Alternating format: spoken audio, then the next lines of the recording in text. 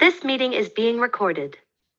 Perfect. So I'm starting a touch early, but having said this, I would not really start until we are at sharp 4:30. So I will request everybody who is joining us to let's have you on the video.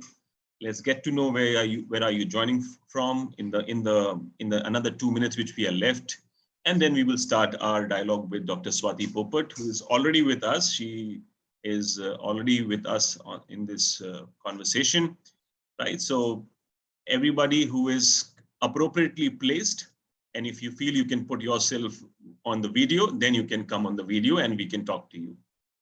Okay, I can see someone who I know, Dr. Ravi Kumar. Yeah, Dr. Ravi Kumar. Good Hi. to see you. Wonderful. How are you?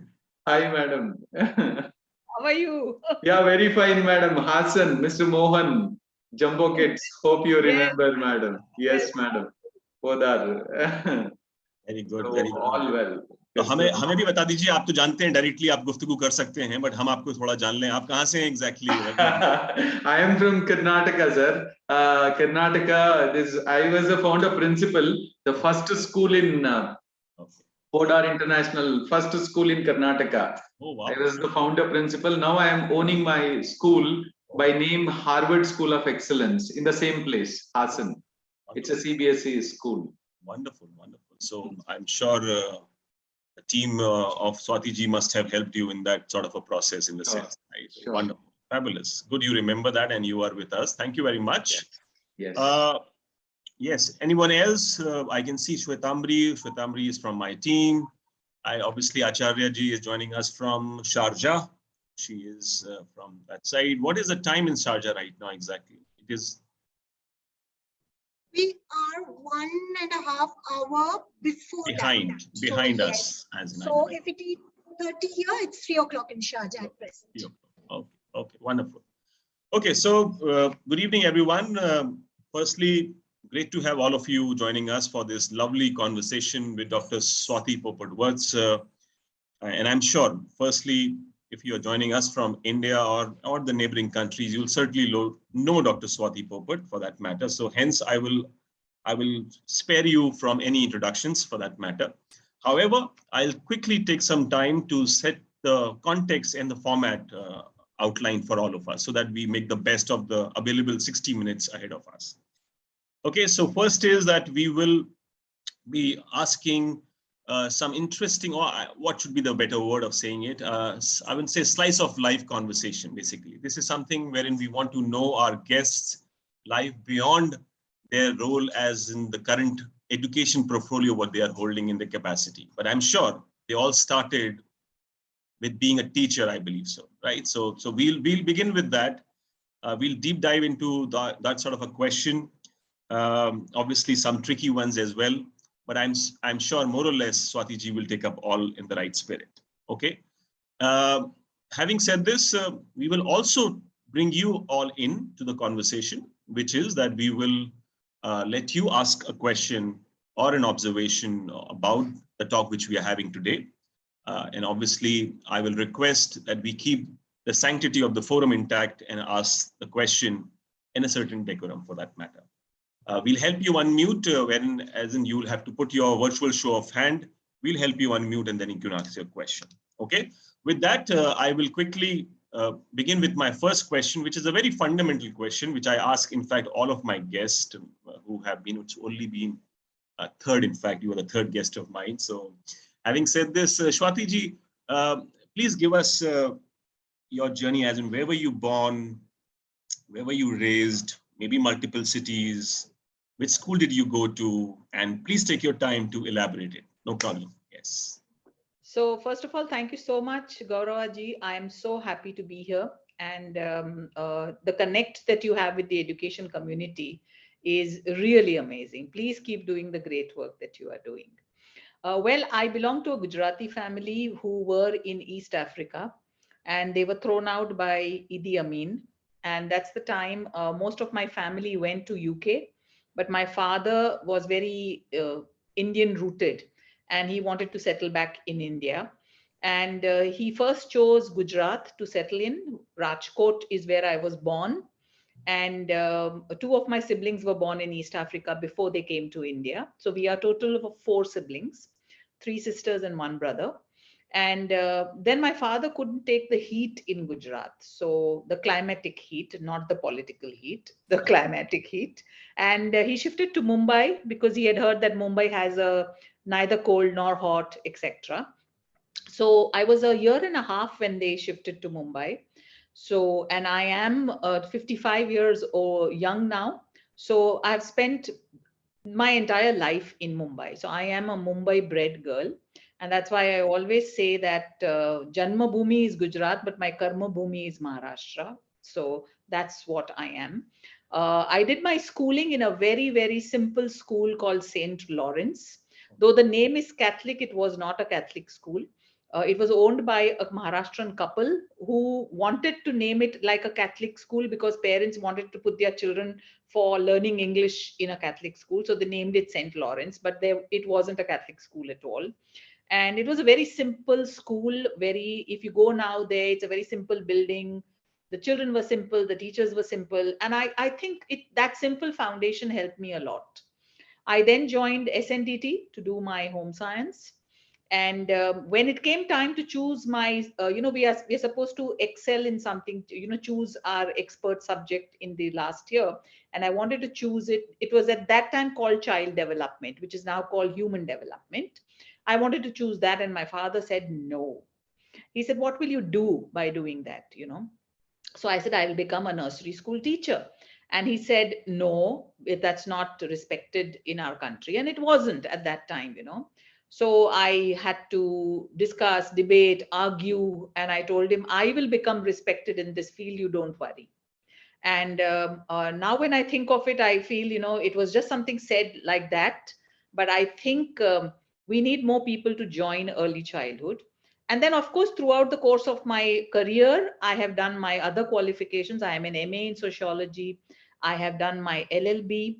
I am a B.Ed in English and history. So many people think that I am in pre-primary because maybe I don't have the qualifications to teach the older kids, but I love to teach the younger ones because I think that's where the change needs to happen. And then, of course, I got my doctorate in education. So that's my educational journey. But not many people know that I left education at a particular time because I was very jaded with the kind of way things were happening in schools. I have taught in schools like Jamnabai Nursery, Arya Vidya Mandir. Hasnath was one of my best experiences. Though it's not the same school now. Hasnath is a school in Andheri East, which is where I started my career. And I did all my lessons in B.Ed in that school because they would teach project method completely. What NEP says now, that school was doing so many decades ago. So when I was doing my B.Ed, I gave my English lessons like a poem on Lochinvar through puppets in the 9th standard in that school. So it was that kind of a school. But I shifted then to Arya Vidya Mandir, then to Jamnabai. And I felt, schools were not doing justice to early years. And so I left teaching. And you'll be surprised what I joined. I joined Bollywood. I was an executive producer because one of my students' father was going to launch a film. And his wife said that if you're not going to be teaching, why don't you join my husband? Because we need somebody like you. So I joined, and I didn't realize that destiny made me join it to meet my husband. So my husband was the writer of that film, and he got a Filmfare Award for that film. So he always jokes that I got two ladies for that film. I got a black lady, and I got you. And the film is Sarfarosh. So What a lovely, one of my favorite movies, by the way. Oh, yes. So my husband wrote the dialogues. He got the Filmfare for the dialogues. And it was just destiny. I joined the film industry for exactly a year, met him, and I came back into education. that is Not destiny. many people know about this journey or this little diversion that I took from education. Phase of your But life, yes, correct. that's what I tell women now, when I see girls who are worried about their marriage and all that, and I say you never know where that person is waiting for you. Just be patient and concentrate on your life. That's about it. And then I had my own consultancy firm. It was called Tasha, And it was Tasha who helped set up EuroKids in India. So I was EuroKids' first consultant. I set up their first 100 schools. I did the curriculum for them. So my contract with them was for the first 100 schools. And then I joined Podar, where I met Mr. Ganesh Podar, and he told me, I want you to create for me one of the best pre-primaries in this country. And he gave me the name. He was very ready with the name. He said, the name will be Podar Jumbo Kids, but the rest is yours. And that's how I became part of Podar. And I still keep doing a lot of work as a consultant for many companies. So I was with Cambridge when they launched their early years program. So I am their series editor for their books also. I have done work with HP. I have done work with Tata Sky when they launched their a channel for children. So I keep doing a lot of work wherever early childhood is there, I feel they should have somebody who understands early childhood. So I'm married. I stay in Mumbai, and both me and my brother, my husband, did not want children, and both of us have stuck to that, and both of us don't regret it.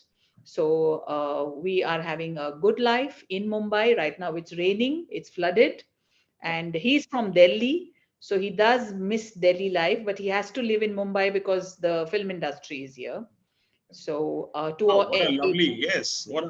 I mean, I'm just injecting purely for the fact that see, had we not hosted this, I would have never known this for that matter, or anybody else for that matter, right? That entire East Africa connect, the Bollywood connect, in fact, that is so heartening to understand.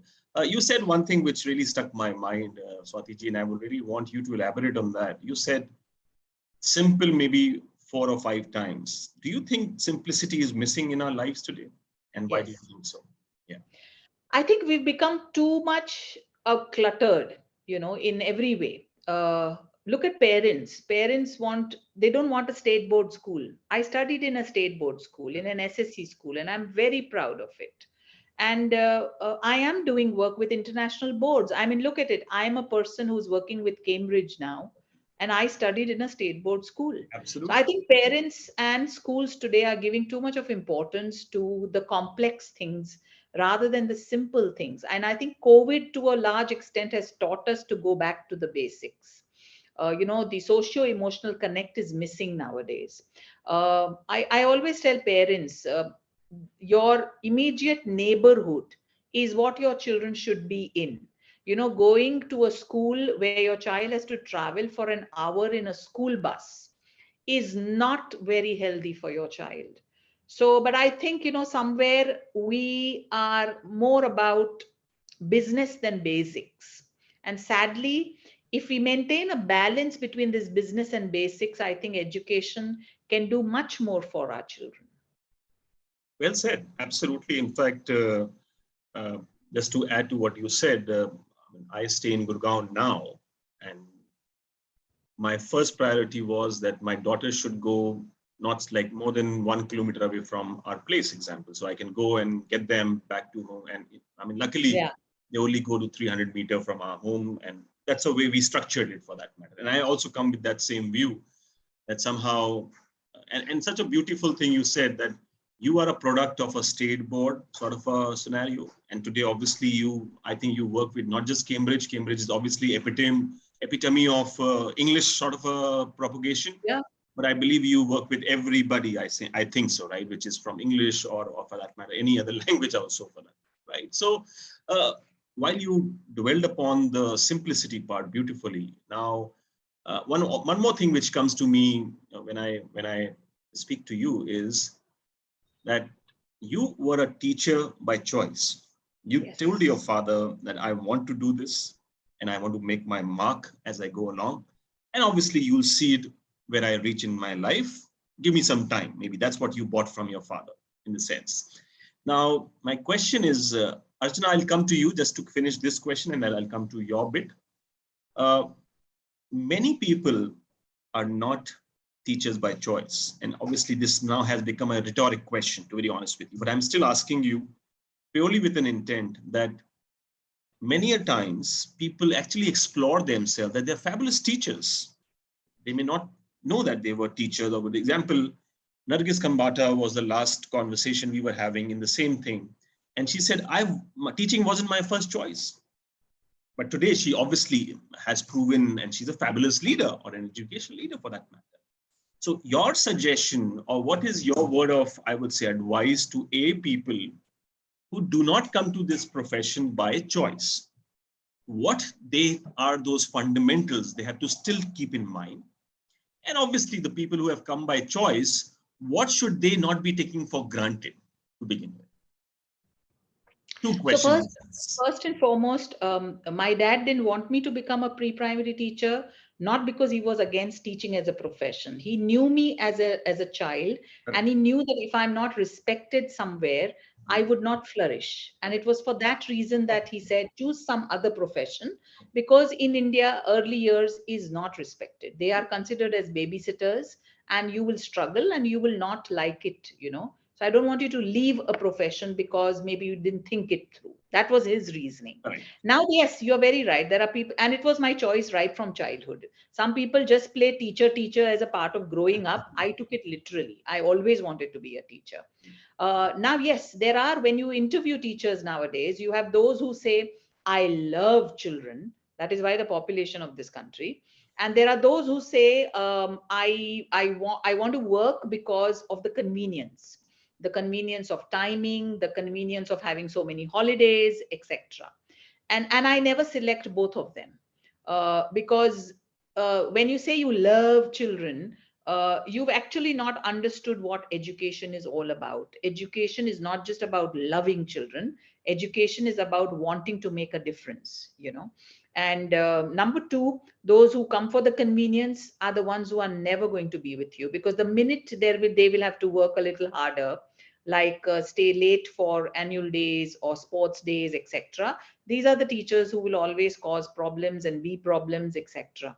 So I think it's very important to keep in mind. And I have had teachers who come from aviation.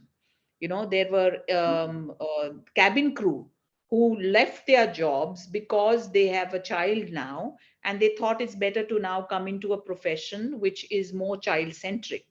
And in the beginning, I was a little wary of them, but I saw their commitment, because they had that professionalism required to understand their work and to learn.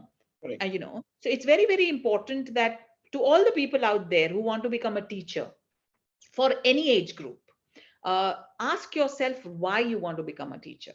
Because if your answer is because it's convenient, because my father will allow, because nowadays parents want their daughters to become teachers because there are not many males around.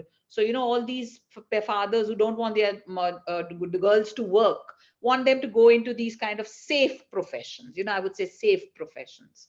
But I think teachers must understand why they are coming into this profession, not for what they are coming into this profession. It's all about not what I am going to get from this profession, but what am I going to be able to give to this profession. Like when you become an engineer, you don't only do it for the money. You are interested in doing something. Or when you become an architect, you want to create creations. So what do you want to do when you come into this profession is a question to be asked. Absolutely. I think that's a fair question, and that's a very deep question, provided we understand the meaning of it. Archana, over to you. I think you were raising your hand. Thank you, Mr. Gaurava. Good evening, Dr. Swati. My question is, since you are an expert in this field, what is the trend? What are the changes you've seen in this early childhood education from the time you started to the modern times? Because I, being a parent myself, I've seen the journey of my child, and I've seen parents. I've been in the education industry for the last 20 years, much less than you, but I've seen it inside out. I know how parents have changed over years. I know what is the expectation of the parents, but I want to know from you what is actually required at this point of time after these 2.5 years of COVID. So, the change, I would look at the change from 2 points of views, from parents and from educators. When I was a preschool teacher in a very, very good school in Mumbai, the principal referred to us preschool teachers as Kakka Susu teachers. She actually called us that. a very affluent school in Mumbai. I wouldn't like to take the name, but most of the film star children study there. And the principal there at that time, this was around more than 35 years ago, she said, you all are kakasusu teachers. And now when I meet principals, I feel they have a better understanding of the importance of the early years. They have a better understanding about what is required in their pre-primaries. And they have a better understanding and grasp about what are the teachers doing in their pre-primary, So that change I have noticed in educators. Where parents are concerned, parents were very much play oriented at that time. They wanted to send their children to preschools, but rather local things run by an auntie. They were very happy with that. My child would go for 2 hours or 3 hours and come back. Today, parents are confused, I feel, where early years is concerned. And that's why the early years suffered the most during the pandemic. Parents were not sure whether their children require to go for online learning. So they had all kinds of issues with online learning, but they didn't have an issue in giving a mobile phone in their child's hand while they are eating, while they are doing. So, parents today, I think, are about the importance of early years. And that's why I feel the NEP has become that monumental change document which will bring about the importance of the early years, not only in the education sector, but in the minds of parents. Because I feel, and I always train my teachers to understand this, that when you say you are a teacher, you're not only teaching that child, you are teaching that child's parent also. Because parenting, there is no course. Teaching, there is a course. So you understand children. So you can't blame parents, rather pass on the knowledge to them, change them, and only then can we have a better society. Thank you. Thank you, ma'am. Thank you so much. Wonderful. Thank you. Thank you, Archana, for that question. In fact, I will come back to my question, which is important in the sense, but that was also important, not to say that.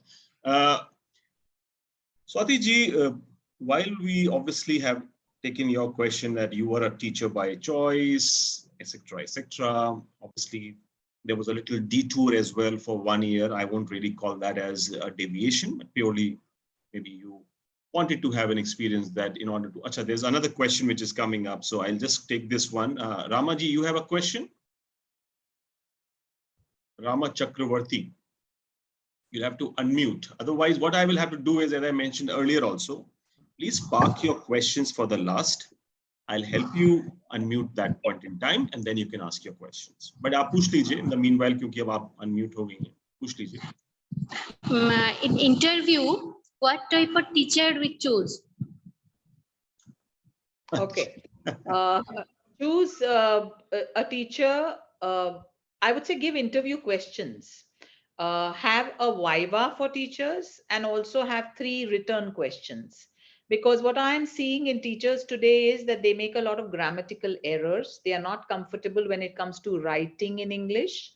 And some teachers are not good when it comes to speaking in English. Look at the personality of the teacher.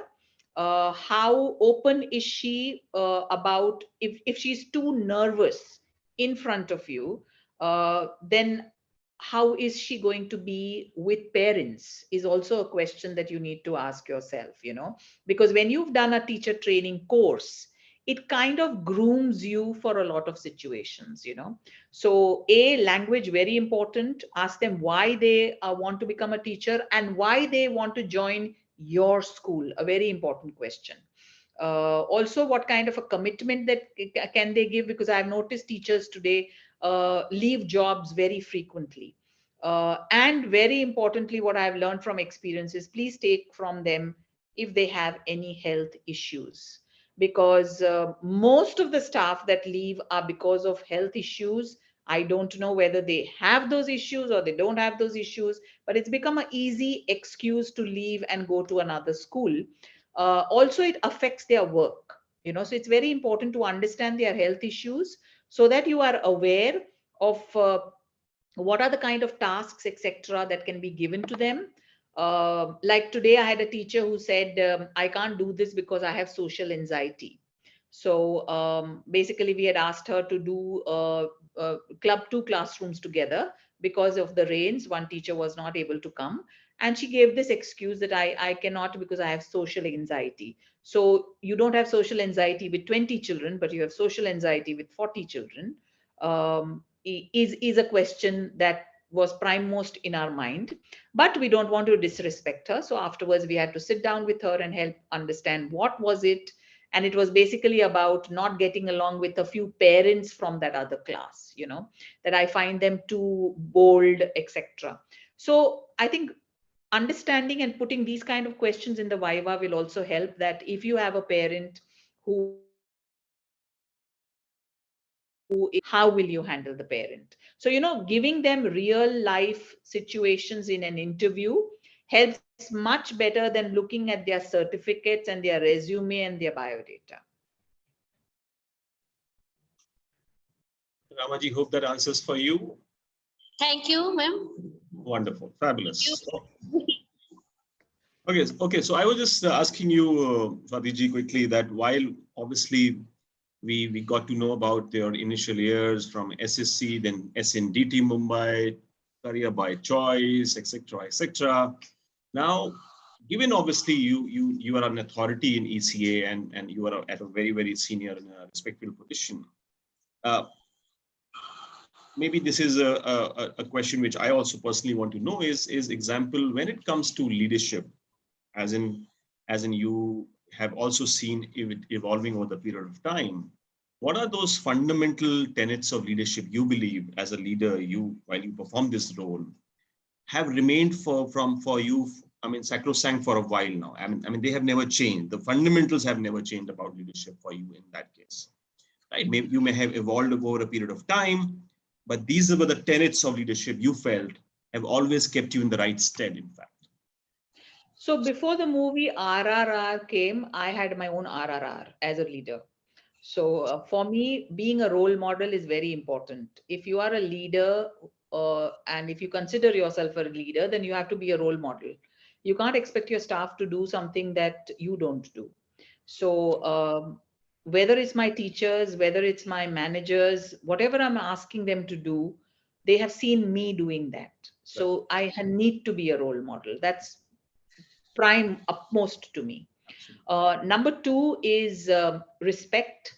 You need to respect your team if you want them to respect you. I don't want teams who are scared of you or who just say things to please you. Respect is very different, because respect does not mean that the staff will not argue with you. The respect means the staff will know in what tone to argue with you.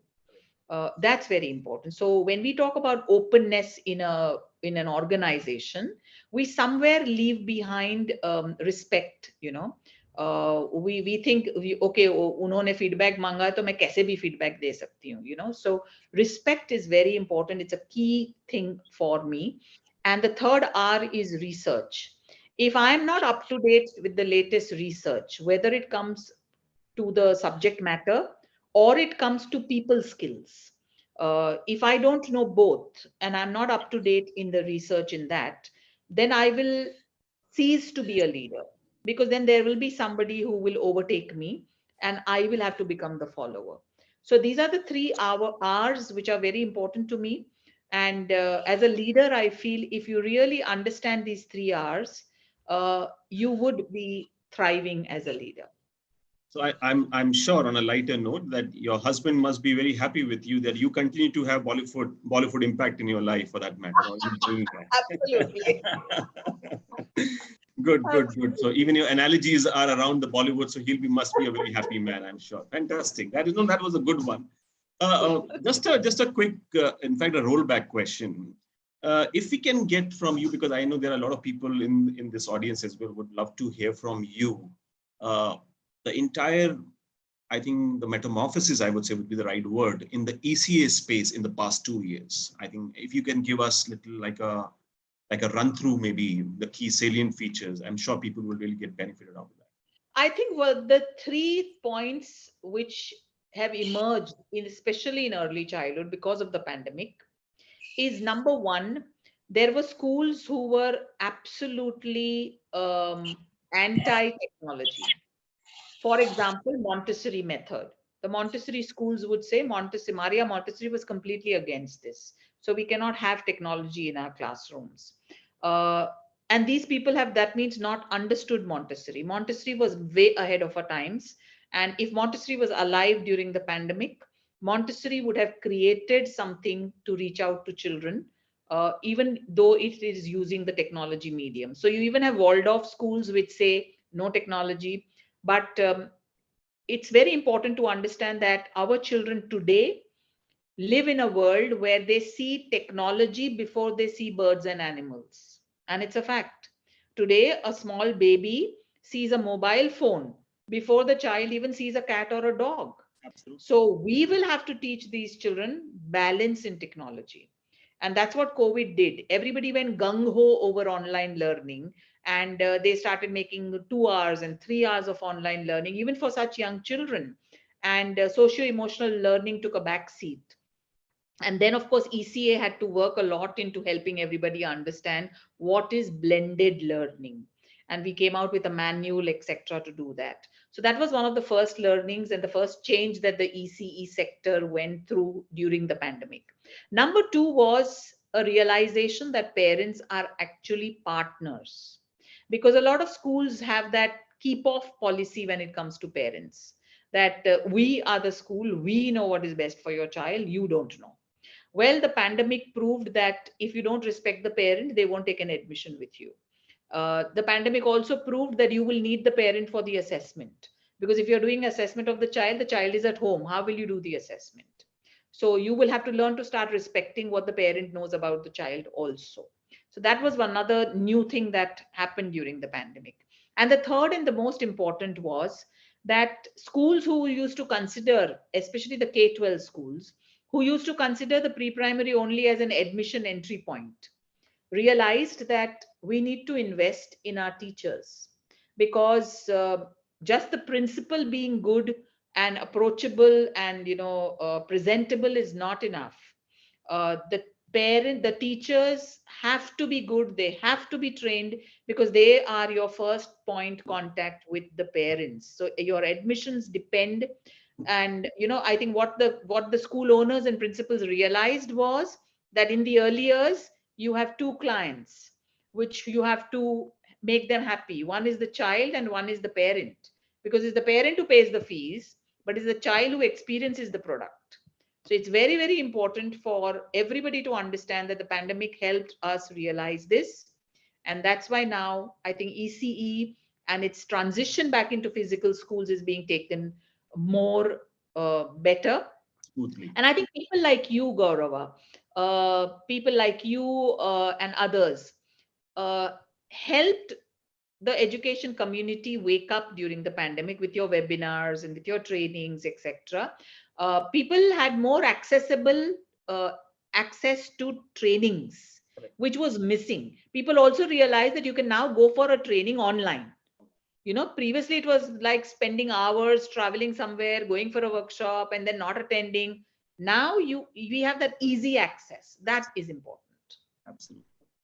I think well said. In fact, those 3 points, very compact as well, and I'm sure people will remember that. Mitali, you have a question? Miss Mitali, would you like to introduce yourself and then ask that question? Yeah, please. Swati ma'am, good evening. Thank you, Gaurav. And I'm Mitali. I'm working as a principal in Bangalore. Gaurav, news for you. I have shifted to Bangalore. Now I have joined Nagarjuna Vidya Niketan as a principal. So it's a privilege talking to you, ma'am. I did not want to miss this session of yours. So the moment Gaurav put it in, I in fact asked my teachers also to join.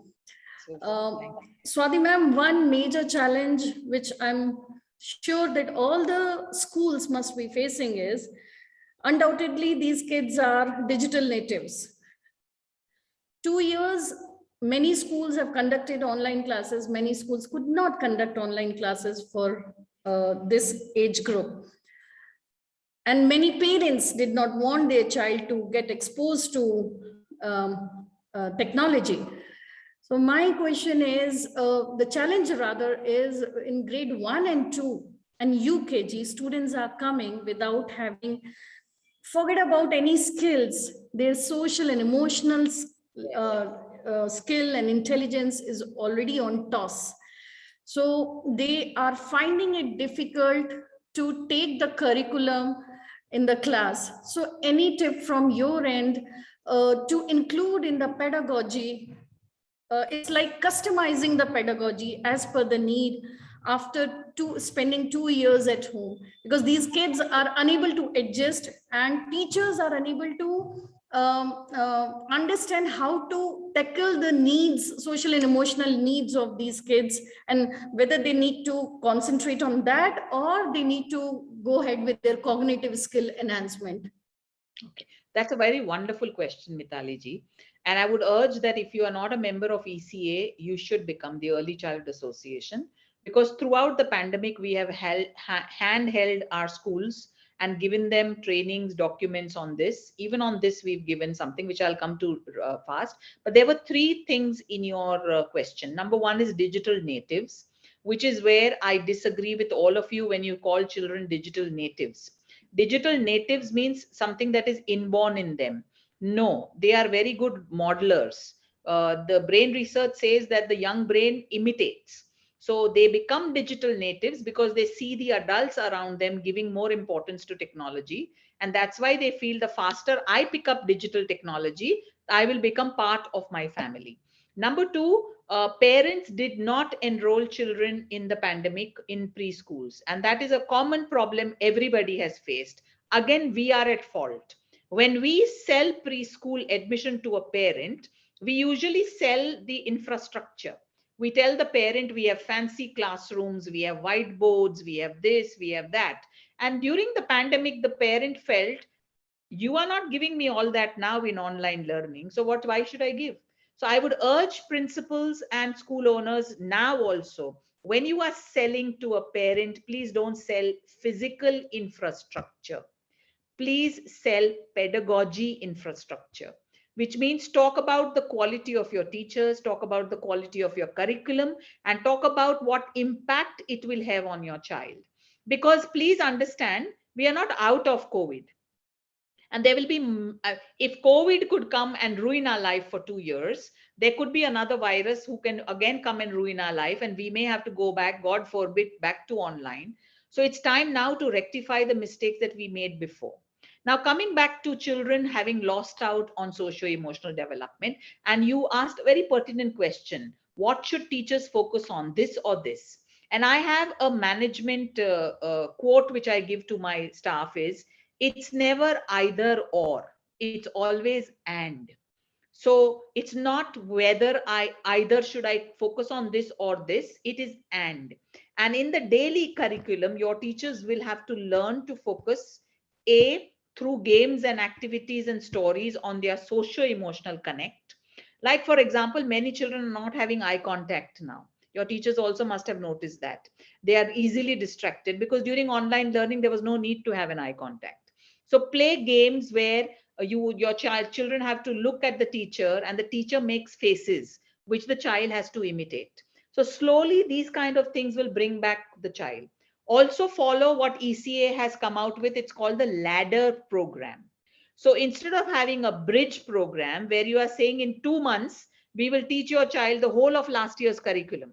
Again, you're digging your grave by advertising something like that, because a parent will say, if this year you can teach my child in 2 months, a whole year's curriculum, तो मैं पूरे साल की fees क्यों दे रहा हूं तुमको? 2 साल में सिखा दो मुझे. So, the marketing things which we are using are totally disconnected with education. So the ladder program is what ECA has come out with.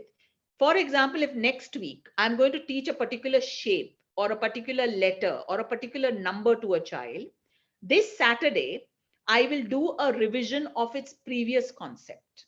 So I will teach the children its previous concept so that children can catch up to that learning coming of next week. So it's not burdened on the child that I'm teaching everything together, but whatever I'm going to do next week, uska jo precursor hota hai, I will do it this week. And tell your teachers to go slow, because if my foundation is strong, I will be able to pick up faster later. But if you rush me now, I will be limping later. So this is something that your teachers absolutely need to be trained in. And I will send to Gaurava ji the document that we've come out for ladder learning and the ideas, so he can share it with all of you. Absolutely. We will. And congratulations, Mitali, on your shift to Bangalore, and all the very best. Dr. Ravi, you have a question? Yes, please. Yeah. Oh, madam, this is related to this now national education policy suggested academic structure of foundational years from 3 years to 7 years. Now, my question is what the future of these standalone or independent pre-primary schools? Okay, this is a very common question that we have been receiving ever since the NEP was launched. Two questions we received. What about standalone preschools? And can standalone preschools now start the primary? Because the foundation years is from 3 to 7 years. So question number one, what is the future of the preschools, the standalones? It will still remain because most parents look at local preschools, next door preschools, and they are scared of sending their children to very large schools because they feel, with so many children there in the buses also, there will be bigger children, my child will get lost. So for play school, nursery, they do prefer the standalones. For junior and senior, parents want to shift their child to high school because they want to get that admission, before it's too late. And then opening a primary section, not at all. Standalone schools cannot open a primary section. You need the NOC of the local government to do that, which they will not give you. Okay, even a board will not give you the permission to start, because you may start, the board comes into control after 7th standard, but you will have to intimate the board that I'm starting a school, etc., etc. So no, standalones cannot start a primary. But it is very important to understand that why the foundational years is from 3 years to 7 years. If you study the work of Rudolf Steiner, you will realize that Steiner said that our body grows in the stages of 7 years. So if you study science also, you will realize that we are a completely new body every 7 years. Every cell in our body changes and becomes new every 7 years. So the first 7 years are the grounding years. And that's what the NEP has realized. And that's why they are saying to K-12 schools that your 3-year to 7-year curriculum, please make it as a one curriculum, because otherwise there are continuity jerks, transitional jerks when the child goes from senior KG to first standard, even of that same school. Because the pre-primary is usually considered a separate body, and the most principals usually don't get involved in the pre-primary. So when the child comes to the primary, suddenly the curriculum is higher, suddenly everything is different. So to overcome that, they want a transitional curriculum which is same, and that's why they've come out with Nipun, which is the foundational literacy and numeracy curriculum. So it's a ready-made document. Please download it and implement it, and it will help you. And because education is a state subject, each state is going to create its own rubbish with the NEP. I hope it's not rubbish, and I hope they do a good job. But it's very, very important for us to understand that there is no major change that we need to be worried about.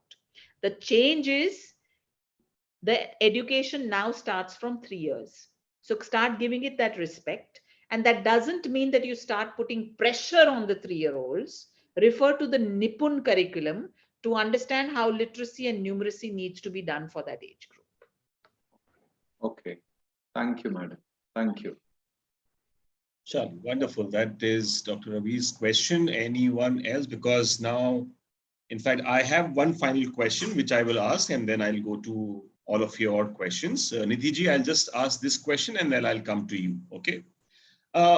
So just my final question, Swati, obviously, you exactly know how to answer question, because that's where the entire skill and the craft comes in, I would say.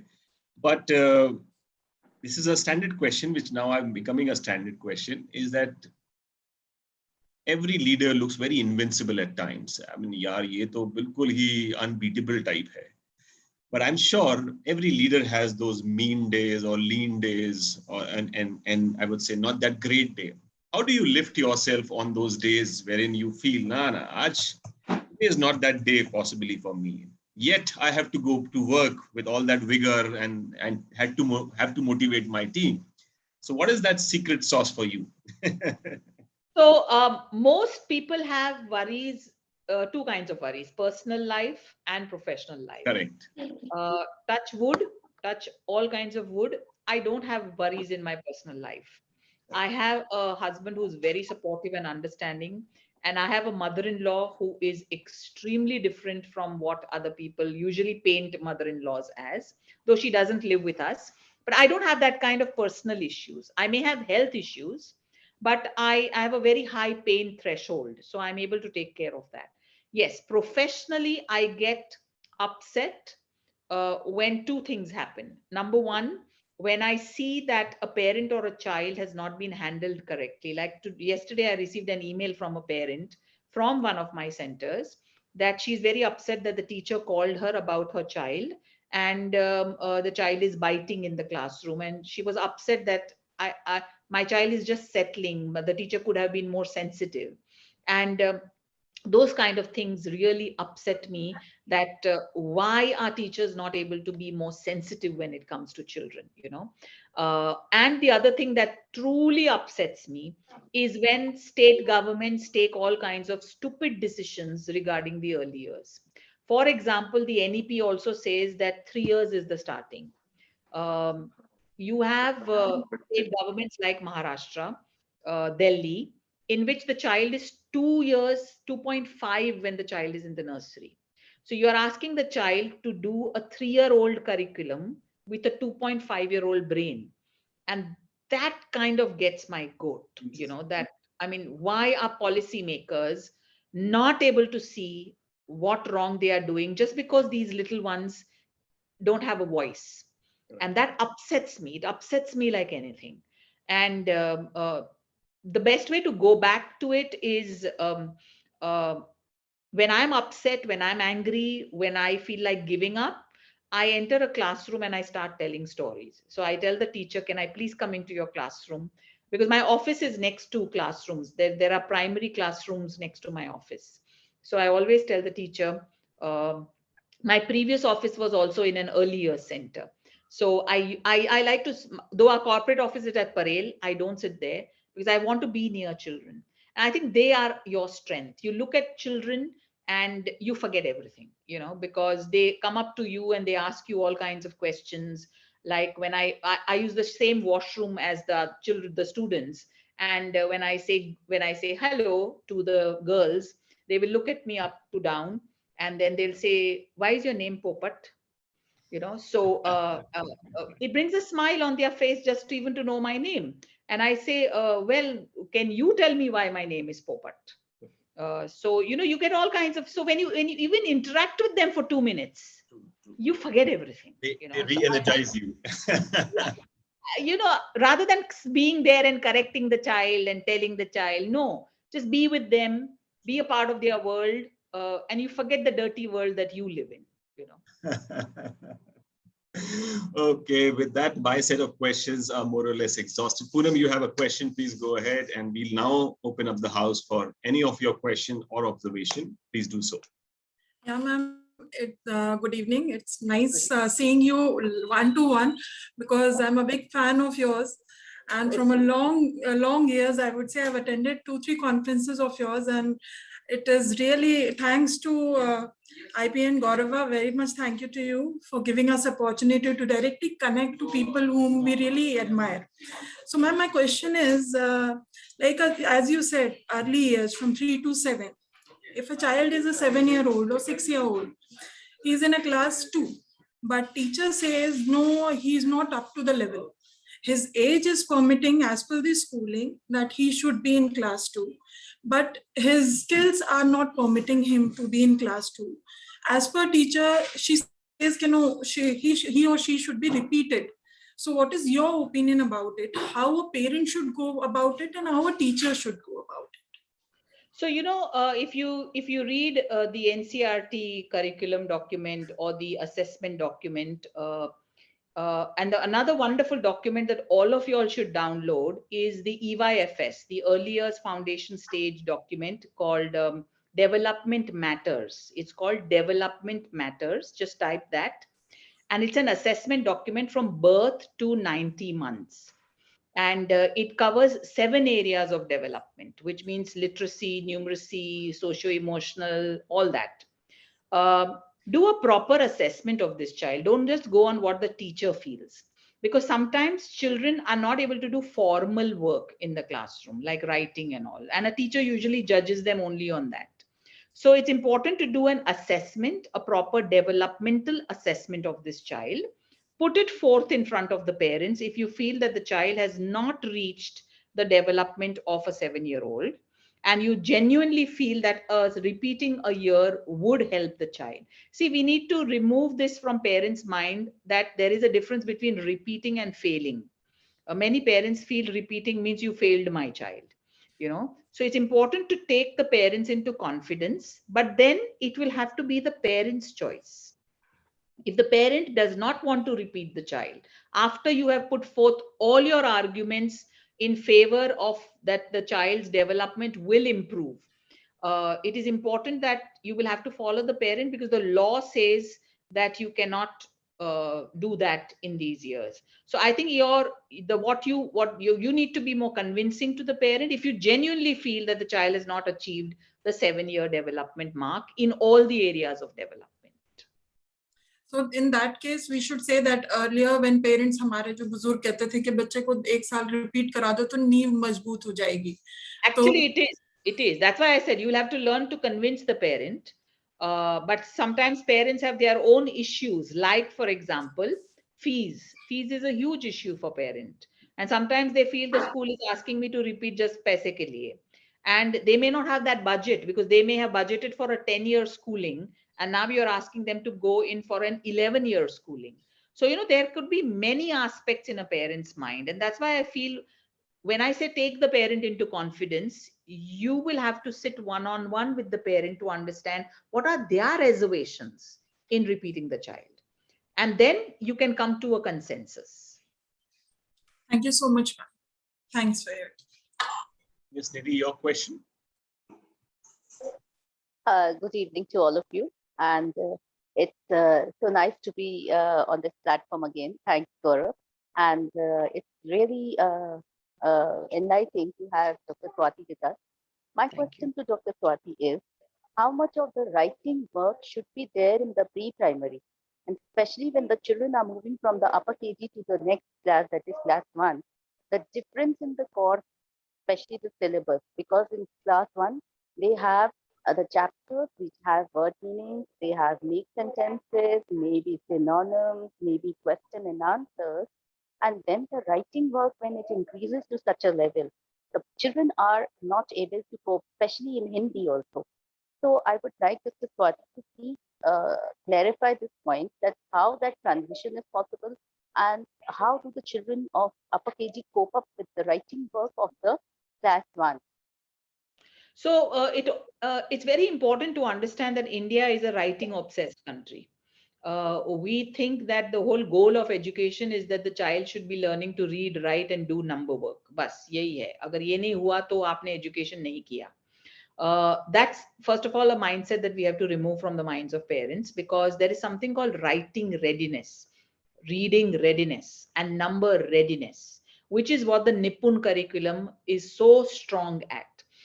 When I started Podar Jumbo Kids, I started it as a nursery which will not do what traditional schools are doing, which means forcing children to write. So in our play school and nursery class, we do not do anything to do with writing. In junior KG, which means when the children are 4-year-olds, they learn how to write letters and they learn how to recognize letters. And in senior KG, they then learn the 2-letter words, 3-letter words, and they end the senior KG by writing sentences. Now, many people push the junior KG child, that means the 4-year-old child, to do 2-letter words, 3-letter words. We didn't want to do that. because as the educator before this, I forgot her name, she said that neev agar pakki hai. So if up to 5 years you have given a strong foundations without stress to the child, then at the age of 5 years, the child will be able to do all this together, which is the 2-letter words, the 3-letter words, the sentences, the reading, and we have a very specialized curriculum called the symphonics, which helps the child focus on blends and all that.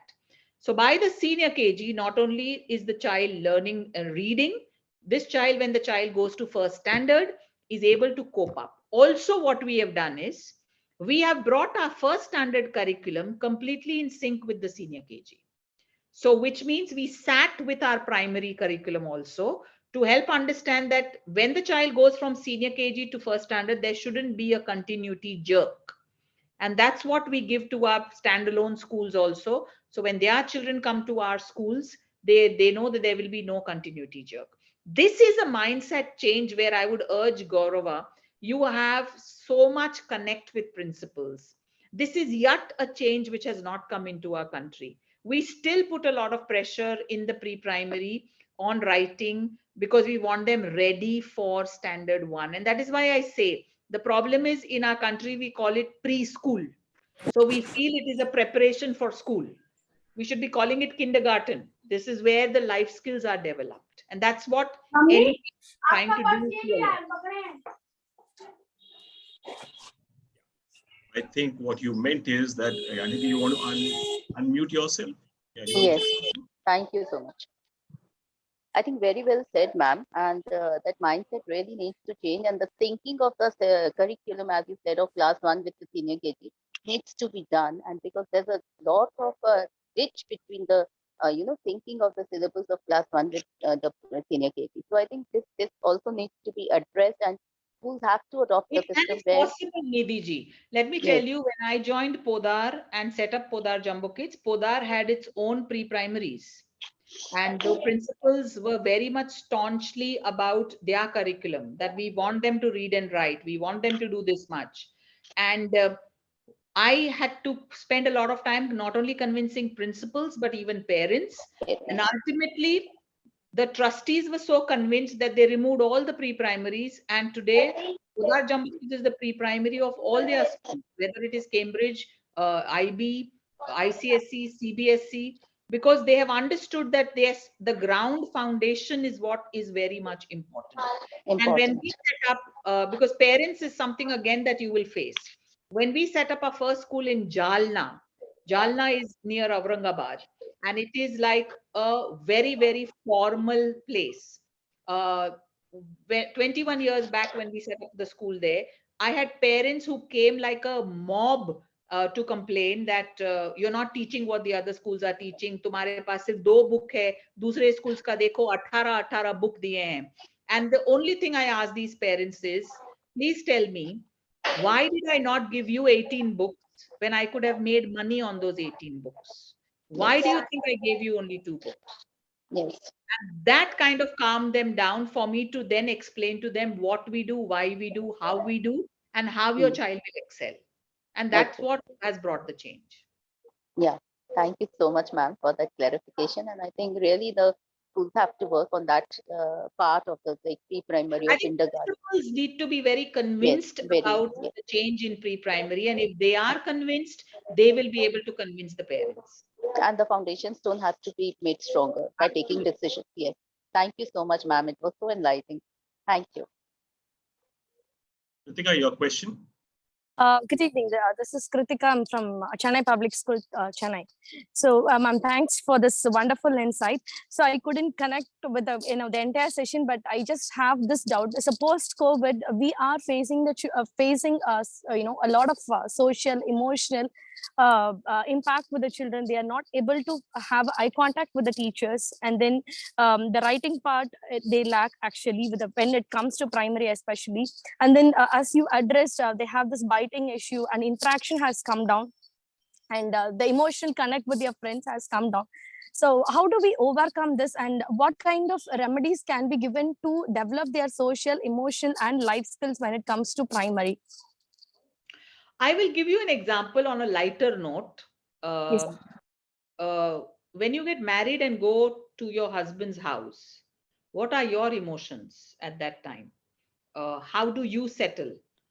Because men don't have this understanding, they've never had this experience. But since you are a woman, I'm giving you that example because when we have to adjust to a completely new place with completely new things, we are fearful, we are anxious, we know we are going to be judged. We don't know their way. We are nervous at that time, because even in the kitchen, when you will be there, you may end up throwing things or things falling from your hand because you're so nervous. That's the exact state these children are in right now, because they've been at home for 2 years where they were completely in a different environment with no rules, no expectations, no judgments. And now they are in a school where they are still anxious because they see teachers wearing masks. They see parents still worried about COVID. They have to sit in a classroom now and share things, which they didn't do for 2 years. They could walk away from an online class, or they could stand and watch an online class, which they are now told sit on the bench and don't talk. Now they don't have the mute option. They don't have that camera off option. So think of it like that this is the change. And when have schools opened? Just now. So it takes you also as an adult to at least 6 months to adjust to that new house. So we will have to give children that time. It's okay if curriculum takes a slightly back seat right now. They will catch up, because if you study neuroscience, if you study brain development, if your emotional brain is hyper, it won't allow your cognitive brain to focus or to remember. And right now, children's emotional brain has completely gone hyper. So it's not allowing their cognitive brain to listen to you, to remember, to relate, to retain. Your first job is now calm that emotional brain down enough for the cognitive brain to be able to take part. So it's as simple as that. And that's what's missing in our B.Ed curriculum. We don't teach teachers about the brain of children and how it functions. And that's why teachers look more at behavior and not the root of the behavior. That's very important. Kalpana VS, your question, which will be the final question for today, completely out of time. Maybe we'll take one more question of Ravi, your Dr. Ravi, your question. Okay. Yeah, please, Kalpana ji, your question. Yeah. Good evening, Gaurava and ma'am. I am Director Principal Vichakshan Jain Vidyapit, Kumhari, Chhattisgarh. The session has been really wonderful. Something which, at least when we listen to such sessions, one thing is very soothing, that we all are sailing in the same boat, right? And I have a question over here. Like, as you said, of course, kindergarten is, we need to focus more on the basic requirements, wherein the child is, made to first and foremost adapt being amongst people. That is the first time the child comes out and moves in a society, tries to mix with other children or other people. But of late, or rather the trend out over here has been that right from the nursery stage, the children are more into, putting the child to tuition classes. They feel apart from the schooling, apart from the time spent by the child in the school, the child needs to have some more tuition or some more coaching with a specific tutor or an individual tutor. Then only the child will be in a position to, cope up for class 1. So how do we deal with this? Do you remember, ma'am, when we were in school, we used to look down on the children who used to go for tuitions? Yes. Right. Yes. It's become an aspirational value these days. कि वो मेरा बच्चा tuition में जाता है. Yeah. So I think that's what we need to do. We need to now again make parents understand that it's something wrong if your child is going for tuitions. So where am I failing as a school? Tell me please that your child has to go for a tuition. That's how I approach parents in my school. If I come to know that a parent is sending a child for a tuition in one of my schools, I do this. I sit with the parent and say, tell me, ma'am, where have I and my team failed? कि आपको अपने बच्चे को tuition के लिए भेजना पड़ रहा है. So then they come and tell me, ma'am, वो क्या है कि मैं उसको संभाल नहीं पाती हूँ, इसलिए मैं उसको ट्यूशन क्लासेस में भेज देती हूँ. So this is something that I feel, we should start some campaigns where tuitions should be banned. And another thing is, I think, who takes these tuitions? It is the same people from our community of educators who are taking these tuitions, which is sad. And that is what I said to a lot of teachers, which you may not like. It's very controversial, but I've said it many times to teachers that don't go into prostitution of education. And for me, tuition classes for children who don't need it is just that you want to earn more money. There are many other things that you can do, but for your earning, don't put a child into torture, especially this early years child. Because as I said, and I firmly believe in brain research, tuition is another form of stress. So you are stressing out the child. You are pressure cooking this child. This child, if you think that this tuition is going to help this child in standard 1, no. It's going to actually harm this child in standard 1. Because the child is going to hate learning. The minute you put a book in front of this child, the child is going to hate it because the child has had enough of it. So it's very important. The only way out of this is, ma'am, convincing the parents. That's the only thing that works. That is, we have to just be after them and go And on. I have banned my teachers from taking tuitions. Yeah. Same in my school, ma'am. And just to add on to what I asked is, the other thing the parents are into is like, in my school, I tell my teachers the writing part, you start somewhere at a later stage in maybe KG1. Till that time, you give them more of oral, make them vocabulary strong, make them strong in a language, right? Because at an early stage, learning a language is easier. So, but again, the parents are into this thing. That means the child has wasted. Because the schools around are such. So the pressure is more, even in nursery, you have to give the child to write something. So I have started, giving them pictures or something. Okay, you make your child scribble. Slowly, we will take them to writing. But then the pressure is on. So, ma'am, as you correctly said, and that's where I said, Gaurava, parents put the pressure on you because schools around you are doing it. Yes. My question is, why are schools around you doing it? हम ही हमारे दुश्मन क्यों बन रहे हैं? If all of us decide to come together and say this is what we will do in the pre-primary, okay, and we won't do anything more than this, तो parent कोई भी school में जाएगा, उसको उतना ही मिलेगा. So that's what I'm saying. For us, business has become much more than balance, and that's why one school does it, and then the other school suffers because of it. Yes. Because हम logic देने की कोशिश करते हैं parents को कि this is not good, but then they say तो वो school तो कर रहा है. So I feel it should become a kind of a consensus in a locality that all principals should come together and decide this is harmful for children. None of us will do it. And if all of us don't do it, the parent has nothing to say. So here I wouldn't blame the parents. I would blame us as a community that we have not come together.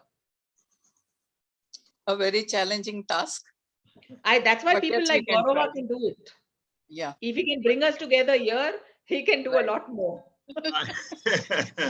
I will circle back to you on that one. But having said this, there are a couple of more questions, Swati ji, though we are out of time. But do you want that to be taken up? I'll take your permission.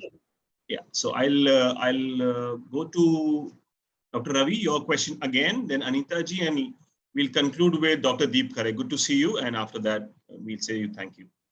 Yeah. Madam, this is related to the last question, like all schools come to the consensus and we should implement. Now, many schools across India, they go for multiple languages to teach in the pre-primary level. What your thoughts, madam, related to this? Can we go with multiple languages or not? So Montessori says that there is a language learning window in children, which is up to the age of 7 to 8 years. So which means children can learn multiple languages till that age group. But when we talk about language learning, it's about verbal learning, not writing. Because when you will make the child write too many languages together, then the child is just learning to write, and there can be some confusion in it, you know. So before the child has mastered English, if English is your main language, if the child has not mastered the writing in that, then don't go to another language writing. Like, for example, in our schools, we do have Hindi, and they do write Hindi akshars, but they do it after they have understood writing of English, and then Hindi akshars in senior KG are introduced to them.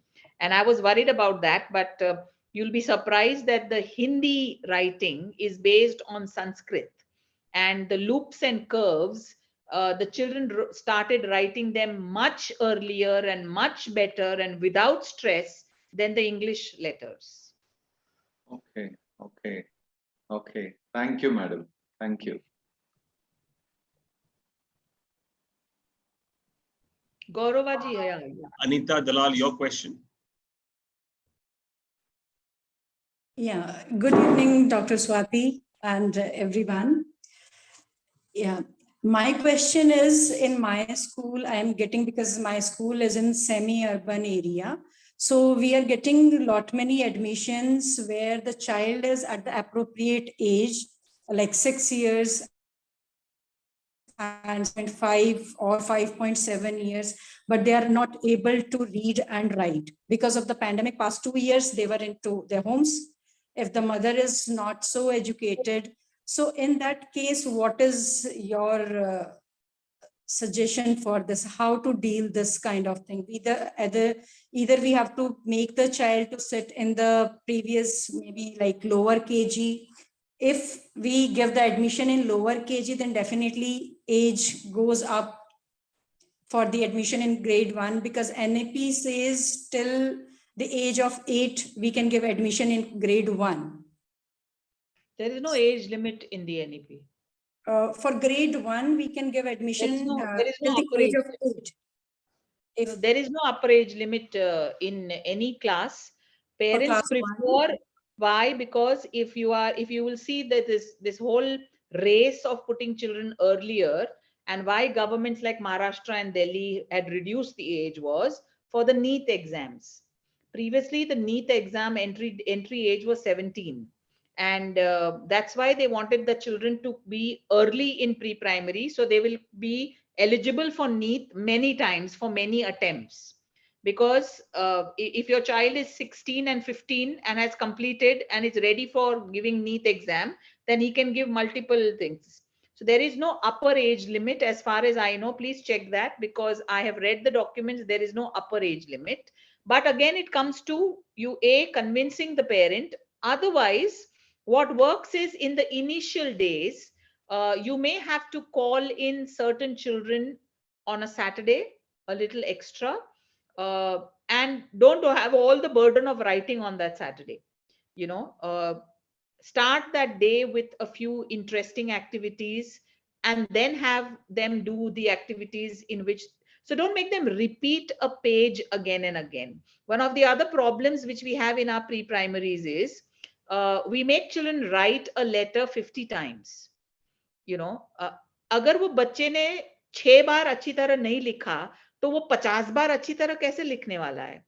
If I today ask you to write your own name just now on a piece of paper 50 times, you will get bored of your own name by the 5th time. तो ये भी एक चीज है why children are failing and getting frustrated, कि आप लोग एक ही चीज 50 बार लिखने को बोल रहे हो बच्चों को in the pre-primary. You know, so I've just learned to write E. I wrote it 3 times. I wrote it properly, but this teacher is insisting I write it 50 times. So of course I'm going to get bored of it, and of course I'm not going to write it, and then I won't like any writing activity. So a lot of factors factor in what these children are not able to write. In my schools, we have just 6 lines in which they write twice. That's it. Because if the child can't write this much also, that means the child needs to be taken to the previous step.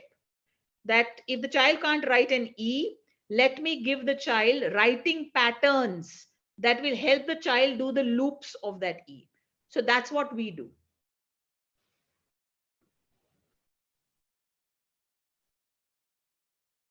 Want to say something, Anita ji? Yeah, I want to say thank you for this suggestion. Wonderful. Yeah, the session was really very insightful. Thank you so much. Thank you, Gaurava, for holding these kind of sessions. Most welcome, ma'am. Dr. Deep, we all will the final question, Swati ji, and then we'll say thank you to you. Ma'am Swati, lovely seeing you again that closely. Thank It's you. a pleasure, and we are meeting in Jaipur again soon. So I'm all counting now, and your memory is so fresh that I'm counting rather more eagerly. Mr. Gaurav, I have been asking you one question long back, and I've seen a daughter behind you. So I asked you long back, around 3 years earlier when we started these sessions. What do you expect from your child after this year as a parent? I asked this question 3 years earlier, sir. That as a parent, what do you expect from your child after a given year when he finishes one academic year? Who will tell you this? Okay. Answer it. Sorry. No, I'm just I'm reminding this to everybody here that do we have any idea that what we expect from our children basically, or we are busy doing something prescribed by somebody else? Ma'am Swati, I'm pretty worried about the amount of material being produced, developed, or created for the children. Yes. Thinking as if they have nothing else to do in the world. Exactly. I teach 12th class physics, and you won't be believing the repetitive questions available on one topic are 3,000. And it is fed into the mind of children and the parent that if he doesn't do all 3,000, he won't be good at this topic. So this was the reflection immediate, ma'am. And just 2 small things I want to tell. We are a lot worried about the learning of the children after 2 years of pandemic. I'm worried about my learning of the pandemic. Yes. I have learned that I have to be very, very patient for another 3-4 years, not for 3-4 months. Yes. Well said. And until we don't do that, let us not expect from children. Let us expect from ourselves first. We cannot delete that 2 years that soon, that fast, because life will become normal. No. That is one thing I wanted to put across to everybody. And doctor, I have another question that unless we have a simple single measurement policy for the children, we will not be able to stop tuitions. Who decides what a child is going to be called good or bad, on what basis? In some schools in class 3, the children are asked to learn tables till 15. Yeah. My class nursery would like to learn cursive handwriting. I'm 55 age, near you, ma'am, only. I don't know cursive handwriting till today. And I'm the principal of the school. So this, the whole idea of writing has spoiled everything, ma'am. I teach physics for class 12th. I don't write hardly anything on the board, ma'am. I don't write.